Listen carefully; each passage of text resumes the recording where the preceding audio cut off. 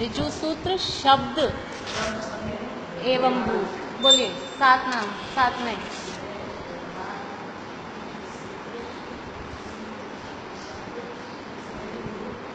इसको दो ग्रुप में बांट लीजिए, नैगम, संग्रह, व्यवहार, ऋजु सूत्र।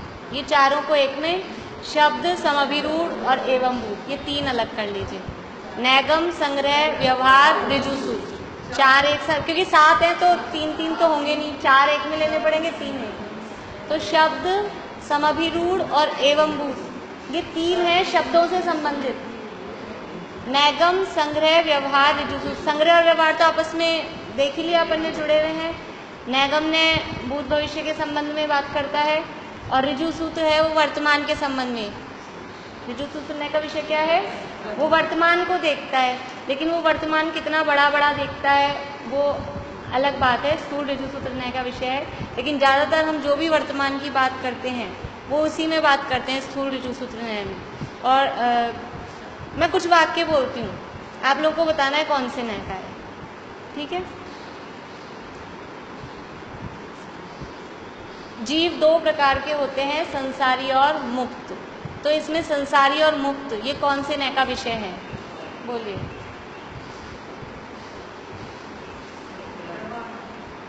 नहीं नहीं, शुद्ध शुद्ध नहीं बोलना, लेकिन अगर बोलें तो फिर सही होना चाहिए। नहीं, अरे मैंने तो अपना वाला ही उदाहरण दिया है। जो भी जीव दो प्रकार के होते हैं, संसारी और मुक्त। तो संसारी और मुक्त कौन से न्याय का विषय है? संसारी और मुक्त। अभी जो हमने भेद किए कि जीव दो प्रकार के होते हैं, इसमें संसारी और मुक्त संग्रह में कैसे होगा? मैं बोल रही हूँ साफ साफ भेद किए हैं। हाँ, अशुद्ध व्यवहार, लेकिन अशुद्ध भी अगर आपको नहीं आ रहा तो व्यवहार न्याय का विषय भेद किया ना। और अभी इसी उदाहरण में जीव, वो जीव कौन से न्याय का विषय है? वो संग्रह न्याय का विषय। भेद किया ना, तो मैंने गलत नहीं किया। मैं तो आगे पूछ रही थी, मैं आपको सही कर देती तो आगे वाले कॉपी कर लेते। मैंने गलत कहाँ किया? आप फिर कॉन्फिडेंट रहते हो अपनी बात पे। मैंने आपको कुछ नहीं कहा, लेकिन मैं पूछ रही थी आगे सबसे, लेकिन फिर लगा कि जवाब ही नहीं आ रहा है, इसलिए। तो सही था आपका। जीव दो प्रकार के होते हैं। अब इसी में जीव तो संग्रहण का विषय है और संसारी और मुक्त वो है। अब संसारी जीव दो प्रकार के होते हैं, त्रस और स्थावर। इसमें संसारी जीव तो आ गया ना, आ गया, अब आ गया, अब समझ में आ गया।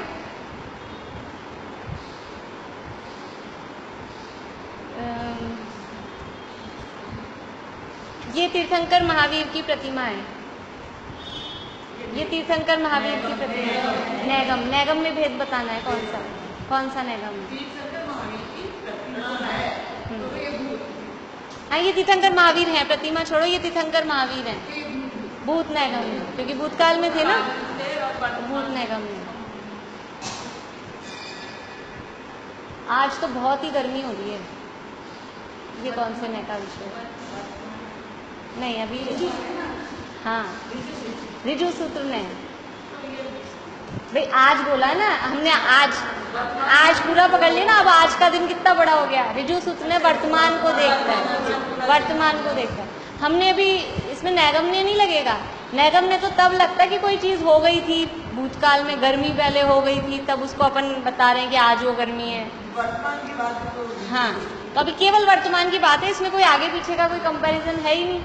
कोई ऐसी बात होती भी आगे पीछे का कंपैरिजन है तब देखते अपन उसको नैगम में जा रहा है।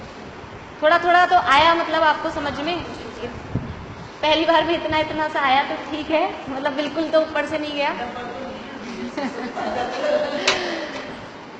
अब अपनी बात चल रही थी कल शब्द, समभिरूढ़ और एवं नय। शब्द ने क्या कहता है कि शब्द ने कहता है कि जो शब्द जिस लिंग का है उसके पर्यायवाची भी उसी लिंग के होने चाहिए।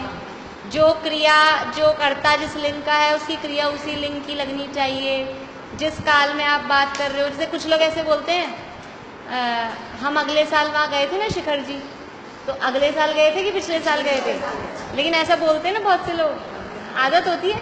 अगले साल तो अब आएगा, अगले साल तो भाभी है, वो तो पिछला था ना, गए थे वो तो पिछला, मतलब बात बता रहे हो भूतकाल की और शब्द ले रहे हो भविष्य का। तो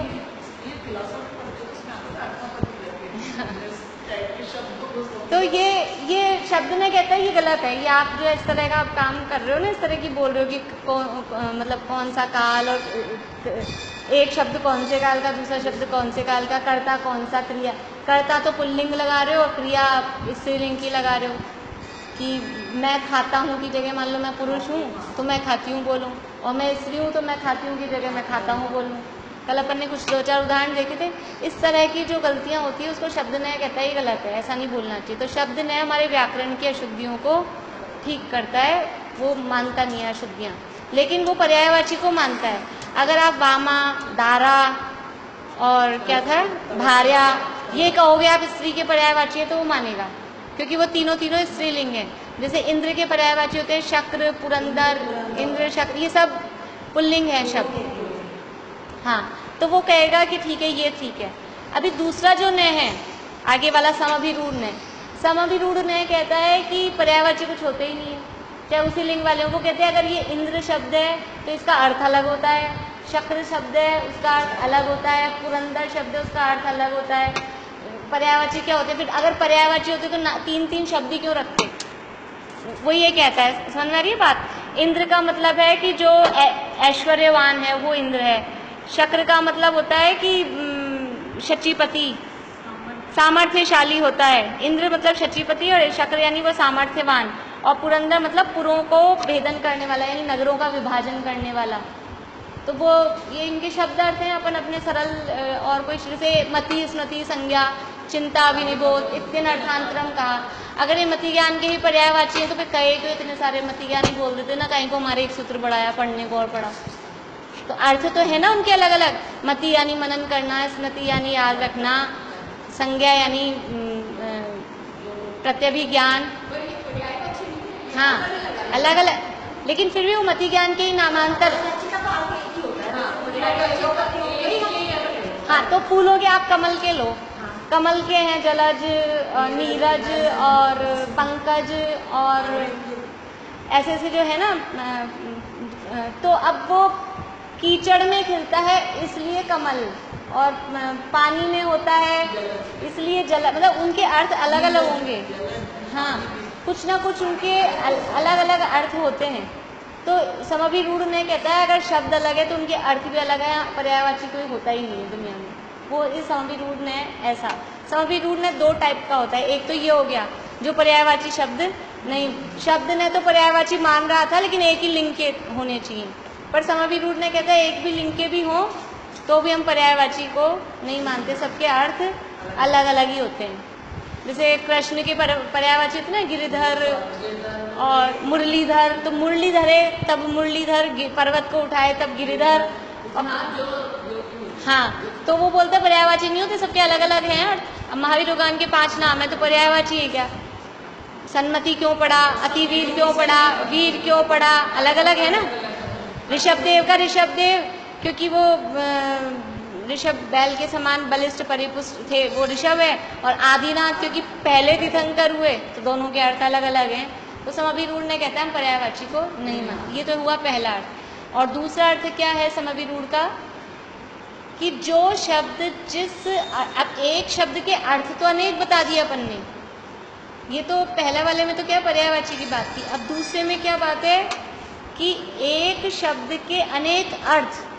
पहले में था एक शब्द, अनेक शब्दों का एक अर्थ था।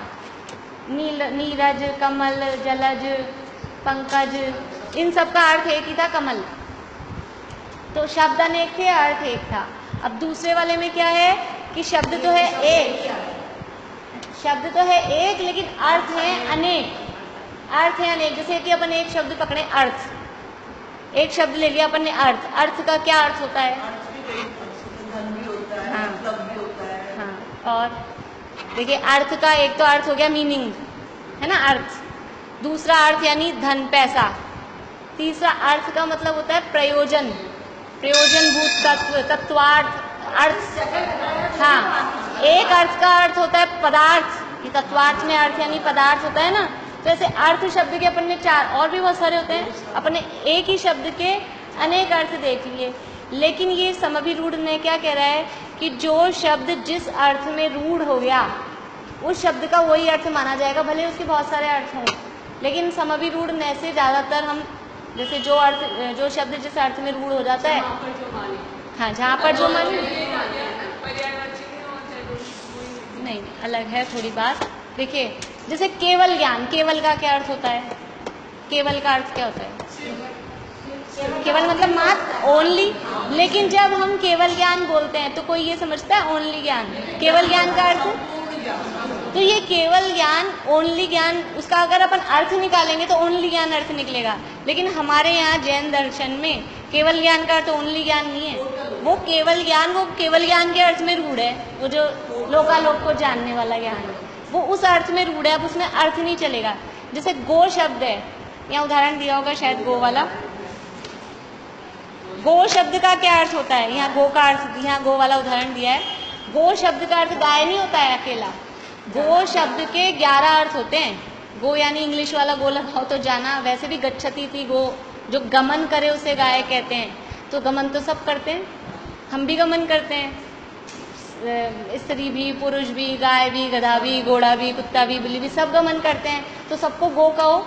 लेकिन गो शब्द वो गाय वाला जो प्राणी है ना, जो गाय का आकार, मतलब जिसे हम गाय कहते हैं, उसी अर्थ में गो बोल के उसी को ख्याल में आएगा। और गो कोई ये नहीं समझेगा जो गमन कर रहा है सबको बोलें गो, ये भी गो जा रही है, ये भी गो जा रही है, ये भी गो जा रही है जो गमन कर रहा होगा। हाँ, तो समभिरूढ़ ने कह रहा है भले ही एक शब्द के अनेक अर्थ होते हों, लेकिन जो शब्द जिस अर्थ में रूढ़ है वहाँ उसको वही अर्थ माना जाएगा। कि गो शब्द गाय के अर्थ में रूढ़ है, केवल ज्ञान हमारे केवल ज्ञान के अर्थ में रूढ़ है, ओनली ज्ञान के अर्थ में रूढ़ नहीं है। ऐसे अपन खोजेंगे तो बहुत सारे शब्द ऐसे होते हैं वो हाँ, वैसे ओनली नहीं, अकेला केवल तो केवल ही है, लेकिन केवल ज्ञान बोलने पर भी कोई केवल ज्ञान का ओनली ज्ञान लगाए, उसका शब्द अर्थ करेंगे तो ओनली ज्ञान ही निकलेगा ना। तो वहाँ उसका अर्थ ओनली ज्ञान नहीं, वो केवल ज्ञान, ये एक टर्मिनोलॉजी है जैन दर्शन की। अब अरहंत का क्या अर्थ होता है? अरहंत के अर्थ हम बताएंगे, लेकिन अरहंत ये पद है तो वो हमारे यहाँ जिनके लिए प्रयुक्त है वो वही होंगे। आप ऐसे और कोई अर्थ निकालो, वो ऐसा अर्थ उसका नहीं निकलेगा। तो ये समभिरूढ़ न्याय कहता है कि हर शब्द का एक अपना अर्थ होता है, ये इसका पहला अर्थ हुआ। और दूसरा कि जो शब्द जिस अर्थ में रूढ़ हो गया वो उसी, जैसे ऐसे नहीं होता है आप लोगों में, मुझे नहीं मालूम, जैसे कोई चाची जी के नाम से फेमस हो जाती हैं तो वो अब वो चाची जी बोलते सब वही समझेंगे कि वही, ऐसा नहीं होगा किसी और को समझेंगे, वो चाची जी रूढ़ हो गए। कि कोई भी हो, फिर उनसे बड़ी एज की भी होंगी ना, मान लो किसी को मौसी या दादी ऐसे बोलते हो, अम्मा बोलते हो, तो उनसे बड़ी एज की भी उनको अम्मा बोलेंगी, वो उसके अर्थ में रूढ़ हो जाते हैं। कोई मामा जी, इस तरह से होता है ना। ये समभिरूढ़ न्याय का कथन है कि जो शब्द जिस अर्थ में रूढ़ हो गया वो वही शब्द में बोला जाता है। ये हुआ समभिरूढ़ न्याय। ये तीनों न्याय क्योंकि शब्दों से, हमारे व्याकरण से संबंधित हैं। अब अंतिम न्याय है एवं भूत न्याय। एवं भूत न्याय का मतलब एवं यानी जिस समय और भूत यानी वो होना। तो जिस समय, भूत यानी होना। अब देखो भूत शब्द के कितने अर्थ होते हैं? भूत शब्द के कितने अर्थ होते हैं? पिछला और भूत, भूत प्रेत वो वाले भूत भी होते हैं। भूत यानी प्राणी। भूतनाथ कहाँ आता है शब्द? भूतनाथ है। भूतनाथ शब्द पढ़ा आप लोगों ने कभी? कहाँ पढ़ा है? भक्तामर में। भूतेर गुणेर भूमि भवंतम अभिष्टवंत। भूतनाथ है तुल्या भवंती भवतो, है ना ये भूतनाथ। हे भूतनाथ, प्राणियों के नाथ। भूत यानी प्राणी, भूत यानी होना। हाँ, तभी तो उनको भूतनाथ का, हे प्राणियों के नाथ। अब अर्थ देखना बात जाके भक्तामर का। भूतनाथ का अर्थ है हे प्राणियों के नाथ। भूत यानी प्राणी। भूत प्रेत वाला भूत वो भी अंतर जाति के देव होते हैं, वो अलग है। और भूत यानी भूतकाल, वो भूत अलग है। और भूत यानी होना, ये भूत अलग है। तो एक ही शब्द के कई अर्थ होते हैं। तो एवं भूत, एवं मतलब उस समय, उसी समय जो हो रहा है। क्या अर्थ है इसका? कि जिस समय जो द्रव्य जो कार्य करने परिणमित है, जो कार्य कर रहा है, उसी समय उसको वो कहना, बाकी समय नहीं। जैसे पूजा करते समय ही व्यक्ति को पुजारी कहना। अब जिस समय वो पूजा कर रहे हैं उस समय उनको पुजारी कहना, और टाइम पे नहीं। अब अपने मान लो कोई सामग्री धोने वाले अपन लगा लेते ना, पुजारी बोलते हैं उनको, तो वो कभी रास्ते में भी मिल जाएंगे, रात में भी मिल जाएंगे, तो भी क्या बोलेंगे उनको? तो एवं भूत ने कहेगा नहीं, जब वो पूजा कर रहा होगा तभी आप पुजारी बोलोगे। डॉक्टर साहब हैं, वो जिंदगी भर डॉक्टर साहब रहेंगे अपने लिए तो, लेकिन एवं भूत ने क्या कहता है कि जिस समय वो पेशेंट देख रहा है अपने क्लिनिक में, अपने जहाँ बैठ के, उसी समय आप डॉक्टर बोलोगे, और टाइम पे डॉक्टर। और वो डॉक्टर साहब पूजा कर रहे होंगे तो उस समय आप पुजारी बोलो। वो पेशेंट देख रहे होंगे तब डॉक्टर बोलो, और दूसरे जो भी काम कर रहे होंगे उस हिसाब से ही उनको।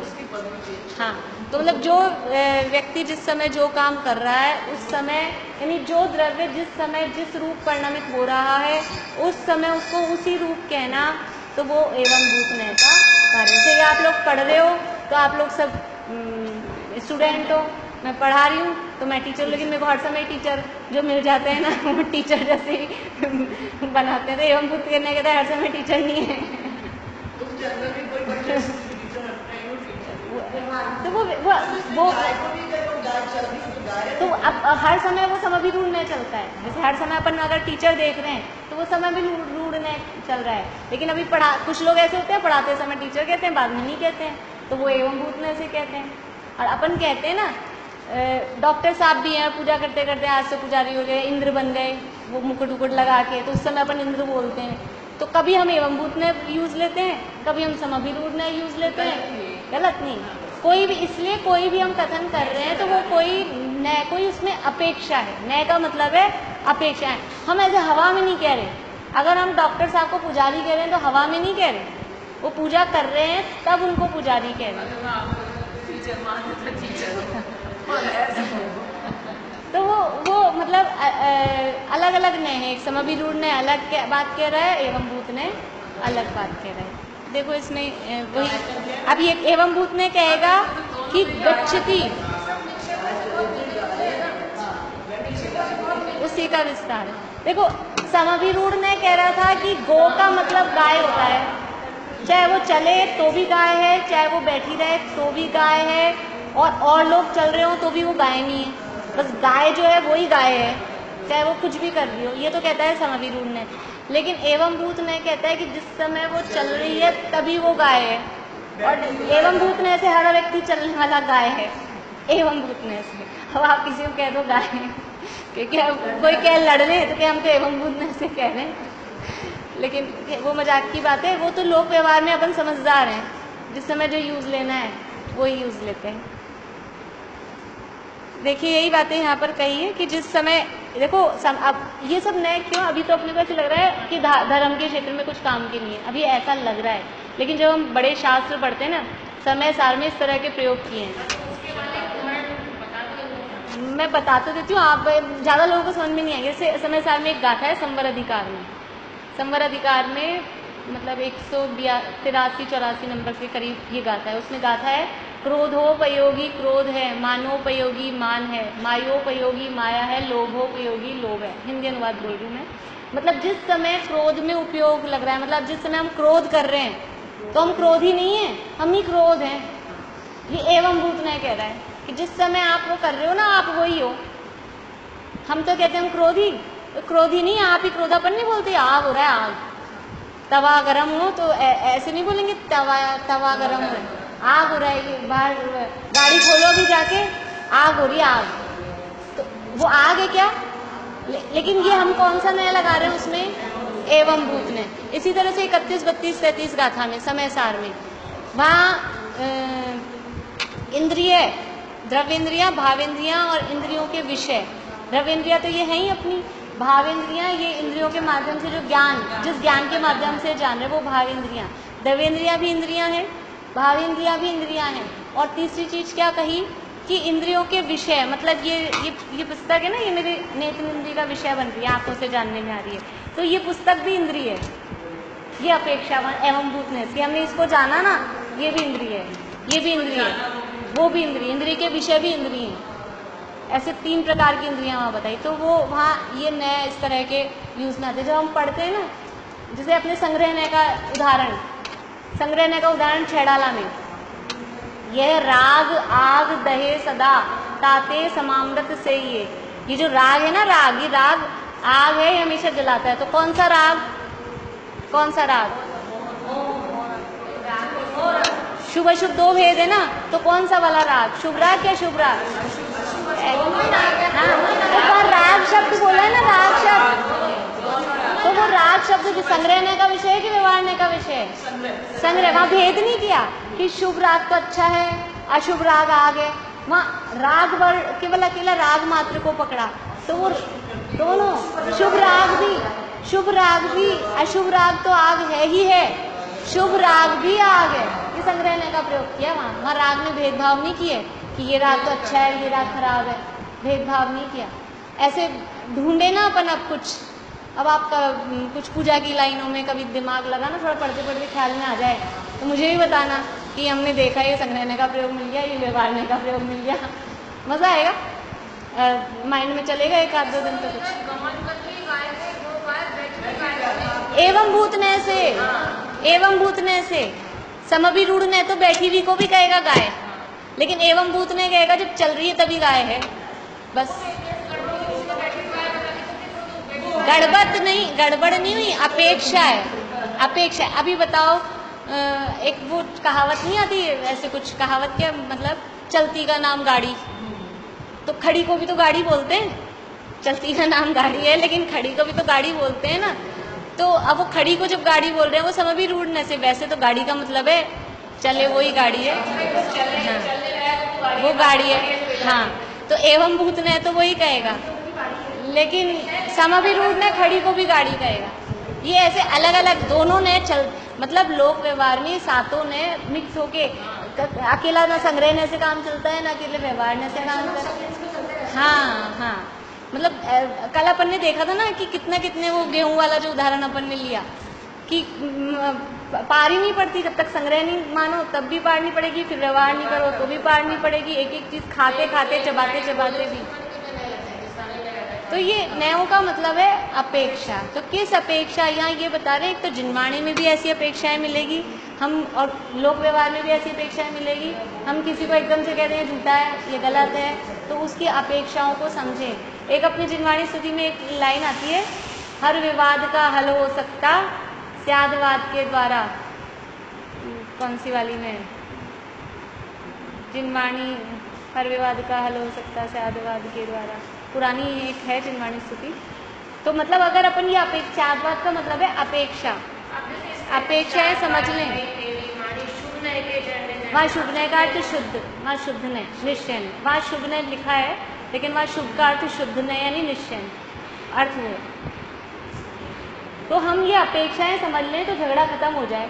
कोई कहे कि चलती वाली गौ है कि बैठी वाली गाय है, तो समझ लें जो चलती को गाय कह रहा है वो समभिरूढ़ एवं भूतने से कह रहा है, और जो बैठी को गाय कह रहा है वो समभिरूढ़ से कह रहा है, इसलिए झगड़े वाली बात नहीं है। हाँ, अब यात्री कौन है? अभी अपन बस में कहीं जाते हैं तो क्या अनाउंसमेंट करते हैं, सभी यात्री अपने समान, अब सब यात्री हैं, तो अब यात्री बोला तो उसमें एक तो भेदभाव खत्म हो गया, समानता हुई ना, सब फिर पैसे वाला हो कि मिनिस्टर हो कि गरीब हो कि कोई भी हो, सब एक यात्री में आ गए। तो वो जिस समय यात्रा कर रहे हैं उस समय यात्री हैं, बाद में थोड़ी ना फिर यात्री कहते हैं। फिर अपना जिस दिन पिकनिक पूरी हो जाती है अगले दिन थोड़ी ऐसे अनाउंसमेंट थोड़ी ना होते हैं कि यात्री फिर अपने लिए। तो जब जो प्रयोजन होता है हमारा, जब जो प्रयोजन है तब उस नय का हम प्रयोग करते हैं, अपने आप होता है।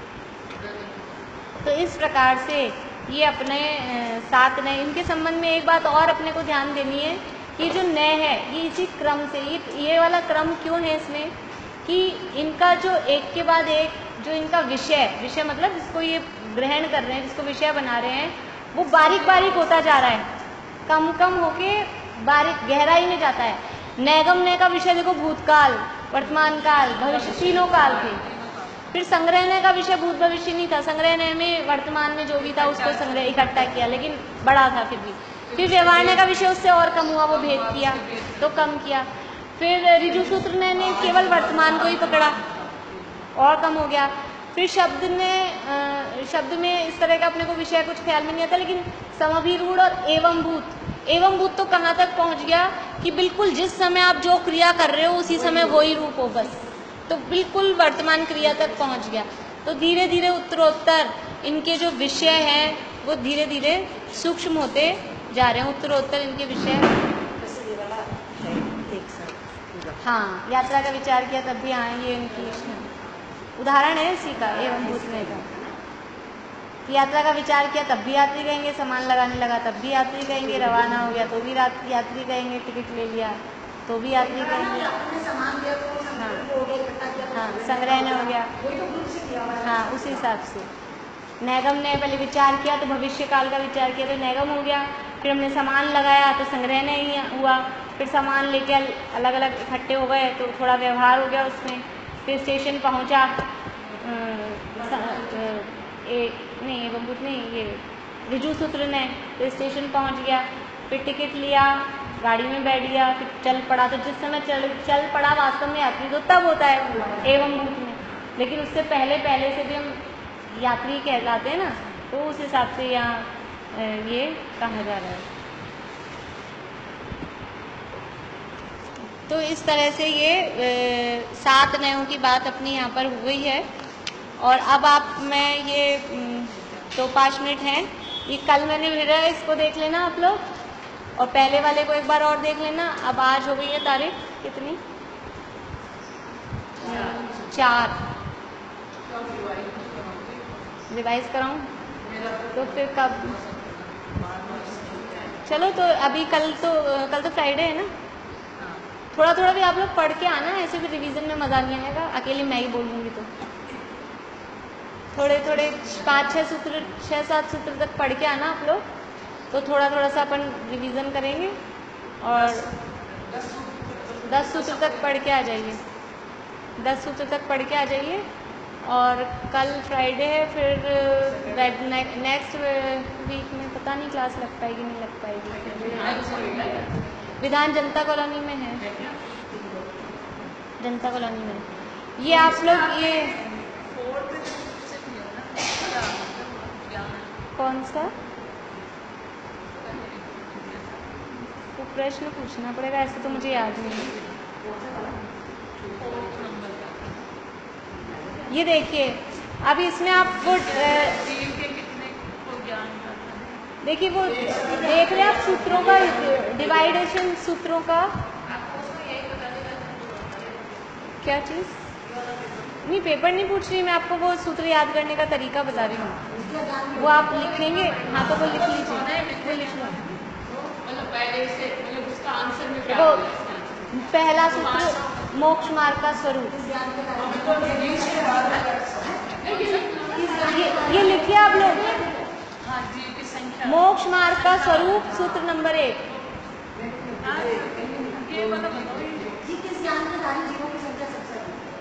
सबसे अधिक मति ज्ञान वाले हैं, शुद्ध ज्ञान वाले हैं, अवधि ज्ञान वाले हैं, मनोपरे ज्ञान वाले हैं, केवल ज्ञान वाले हैं।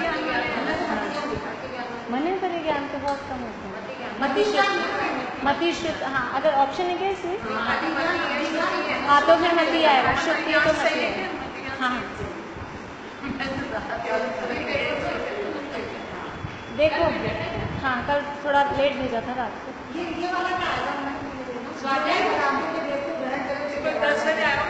जो मैं हाँ लेट भेजा था,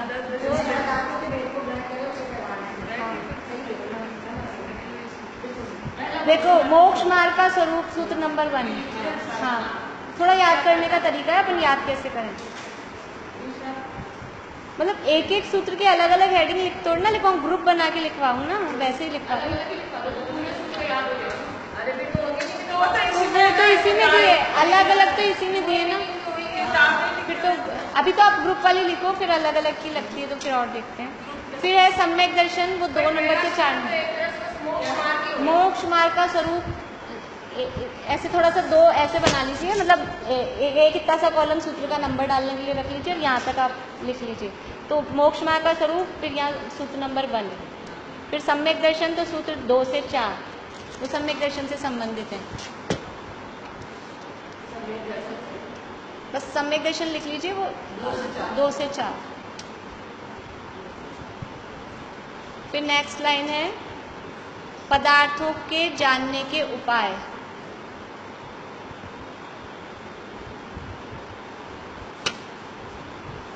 पदार्थों के जानने के उपाय, ये सूत्र है 5 से 8। 5 से 8 है ना। निर्देश स्वामी साधनाधिकरण स्थिति विधांत है, सत्संख्या क्षेत्र स्पर्शन कालांतर भावाल बहुत नहीं, प्रमाण नए अधिगम है, फिर निर्देश स्वामी साधनाधिकरण स्थिति विधांत है और सत्संख्या, ठीक है ना।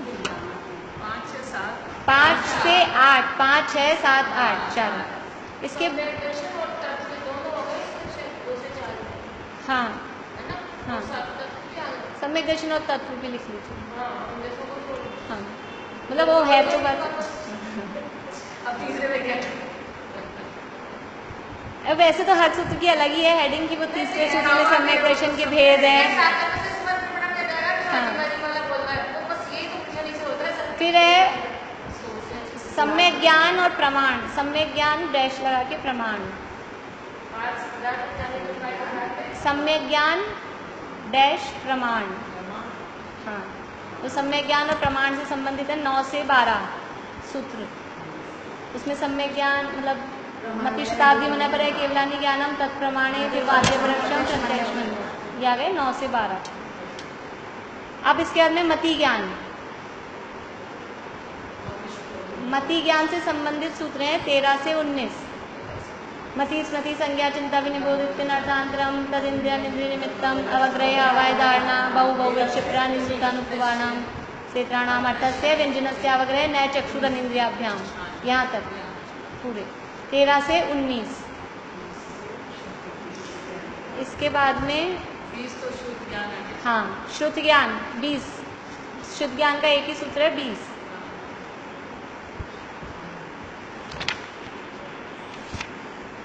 अवधि ज्ञान, अवधि ज्ञान का 21। अवधि ज्ञान मैंने पहले ज्ञान को एक में कर लें क्या? नहीं 21, 22 दो तो हैं। नहीं रूपी शोधे तो विषय है। अवधि ज्ञान के, एक मिनट मेरी बात सुनिए, अवधि ज्ञान के 2 हैं, फिर मने परे ज्ञान का सूत्र 1 है, फिर वो 2 मने परे ज्ञान के हैं, फिर अवधि और मने परे ज्ञान में अंतर है उसका 1 है, तो सबको मिलाकर अपन 1 बना ले, अवधि ज्ञान और मने परे ज्ञान। ऐसे करके बना सकते हैं या फिर अलग अलग लिखना है? एक ही बना लें अलग अलग। तो अवधि ज्ञान के 2, 21, 22। अवधि ज्ञान के 2, 21, 22। मने परे ज्ञान के 2, 23, 24। तो मने परे ज्ञान का 1 में स्वरूप आ जाएगा, फिर 1 में वो अंतर है ऋजुमती और मने परे विपुलमती, 23, 24। फिर अवधि ज्ञान और मने परे ज्ञान में अंतर, वो एक 25 नंबर का।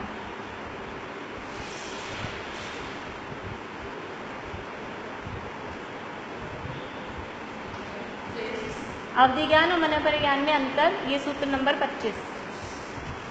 इसके बाद में 5 ज्ञानों के विषय,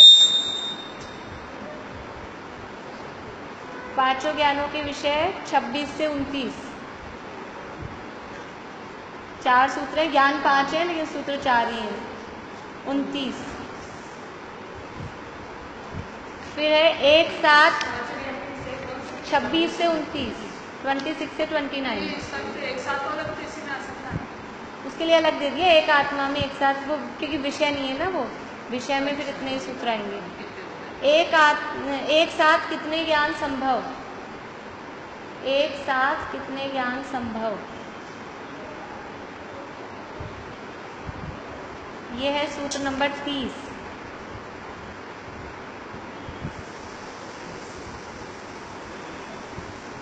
फिर है मिथ्या ज्ञान, मिथ्या ज्ञान से संबंधित है 31 और 32।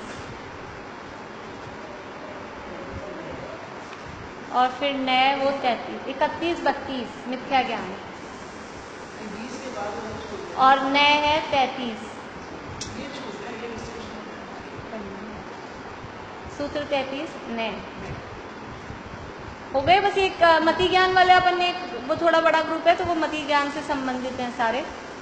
अब अलग अलग हेडिंग चाहेंगे तो कल वो और लिख लेंगे एक एक सूत्र की। वैसे अलग अलग हेडिंग्स भी इससे तो ऐसे बाहर का पूरा ऐसे विषय ख्याल में आ जाएगा। और आप लोग याद करो और याद कर लो तो अलग अलग हेडिंग भी से ही अपने को आंसर आना चाहिए। मैं कोशिश करूँगी कल वो भी लिख के ले आऊँ तो फटाफट आपको लिखवा दूँ कि जैसे अपन ने प्रश्न पूछा कि सम्यक दर्शन कितने प्रकार का होता है, सूत्र में आंसर कि सम्यक दर्शन कितने प्रकार का होता है, तो सूत्र में बोलना है आपको आंसर। तन से ऐसे तत्व कितने होते हैं, ऐसे ऐसे आंसर आ जाता है। हाँ तो वो सूत्र तो वो ऐसे मैं लिख लूंगी। एक बार वो क्वेश्चन में लिख लूँ ना कि मेरे को क्या क्वेश्चन पूछना, तो आप उस क्वेश्चन के हिसाब से देख के नहीं, बिना देखे याद होना चाहिए, बिना देखे याद होना चाहिए। देख के तो वो एक क्वेश्चन एक सेट हो जाए ना हमेशा कि मैं वही पूछूं, मैं बार बार में मेरा भी अगर बदल जाए प्रश्न तो आप भी कंफ्यूज हो जाओगे ना। अवधि ज्ञान और मन परे ज्ञान में अंतर, सूत्र बोलिए। कौन सा? अवधि ज्ञान और मन परे ज्ञान में अंतर।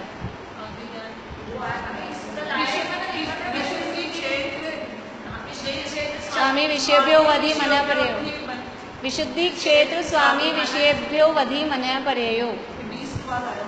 हाँ रूपी अवधि ज्ञान का विषय, केवल ज्ञान का विषय, सर्वद्रव्य पर्यायेषु के ऐसे ऐसे आ जाएगा आप सूत्र आप याद कर लो, ऐसे आ जाएगा आपको खुद का आश्चर्य होगा। ऐसे अपन करेंगे, ऐसे करेंगे लेकिन याद होंगे तो मजा आएगा ना थोड़ा। आप इसलिए मैं कह रही हूँ याद करने की कोशिश करें। कल अपन 10 सूत्रों का रिवीजन करेंगे और 10 तो सबको पक्के होने चाहिए और जो ज़्यादा सुनाएंगे उनसे ज़्यादा सुन लेंगे।